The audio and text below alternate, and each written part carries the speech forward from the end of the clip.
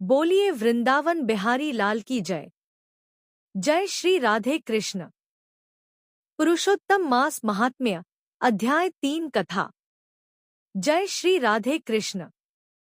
भक्तों, अब हम श्रवण करते हैं पावन पुरुषोत्तम मास महात्म्य के तृतीय अध्याय की दिव्य कथा। इस कथा को श्रद्धा और भक्ति भाव से सुनने मात्र से भगवान श्रीहरि की विशेष कृपा प्राप्त होती है।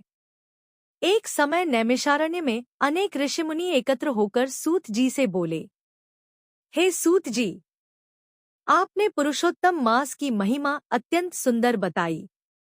अब कृपा करके यह बताइए कि इस मास में किए गए छोटे से पुण्य का भी इतना बड़ा फल क्यों मिलता है। सूत जी बोले, हे ऋषियों, यह मास स्वयं भगवान श्री कृष्ण को अत्यंत प्रिय है। अन्य सभी महीनों के देवता हैं, परंतु इस मास का कोई स्वामी नहीं था, इसलिए लोग इसे मलमास कहकर तिरस्कार करते थे। दुखी होकर यह मास भगवान विष्णु के पास गया और विनती करने लगा, हे प्रभु, सब लोग मेरा अपमान करते हैं, कोई भी शुभ कार्य मेरे समय में नहीं करता, मेरा जीवन व्यर्थ हो गया है। उस मास की करुण पुकार सुनकर भगवान विष्णु द्रवित हो गए। वे उसे लेकर गोलोक पहुंचे और भगवान श्री कृष्ण से बोले, हे नाथ, यह मास अत्यंत दुखी है, कृपा करके इसे अपना आश्रय दीजिए। तब दयालु भगवान श्री कृष्ण ने कहा, आज से यह मास मेरा स्वरूप होगा। मेरा नाम पुरुषोत्तम इस मास को प्रदान करता हूँ।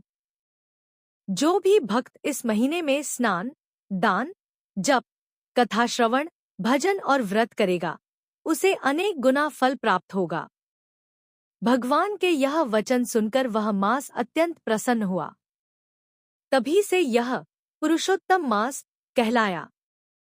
सूत जी बोले, हे मुनियों, इस मास में जो भक्त श्रद्धा से दीपदान करता है, गीता और भागवत का पाठ करता है, तुलसी पूजन करता है तथा भगवान श्रीहरि का नाम जपता है, उसके जन्म जन्मांतर के पाप नष्ट हो जाते हैं। उन्होंने आगे कहा, जो मनुष्य पुरुषोत्तम मास की कथा सुनता या सुनाता है, उसके घर में सुख, शांति और समृद्धि का वास होता है। अंत समय में उसे भगवान विष्णु के धाम की प्राप्ति होती है। कथा से शिक्षा। पुरुषोत्तम मास भगवान श्री कृष्ण को अत्यंत प्रिय है। इस मास में किया गया छोटा सा पुण्य भी महान फल देता है। भक्ति, जप, दान और कथा श्रवण से जीवन पवित्र बनता है।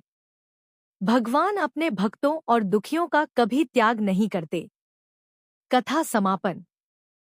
बोलिए पुरुषोत्तम भगवान की जय। श्री राधे कृष्ण भगवान की जय।